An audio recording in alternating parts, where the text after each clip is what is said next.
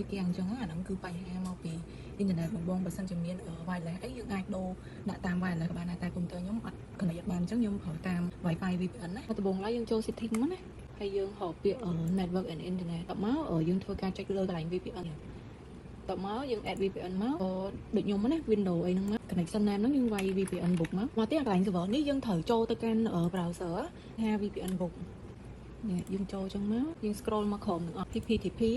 យើងយកកន្លែងហ្នឹងគេមានខ្ញុំយក Germany នេះមក copy វាយកទៅដាក់កន្លែង address មិញណាមកយើងផាសវាមកកន្លែងនេះយើងយកខាងក្រោមគេមិនអស់ PPTP ខាងក្រោមនេះយើងយកពាក្យថា username ហើយនិង password តមកអាកន្លែង username នេះបងទៅអាកន្លែងមិញនេះយើងមើលខាងក្រោមមកនេះយើងវាយពាក្យ VPN book ហ្នឹងមកអាហ្នឹង username យើងផាសវាមក password ខាងក្រោមហ្នឹងណាតមកយើង save វាមក save វាហើយយើងចុច connect វាមកនេះ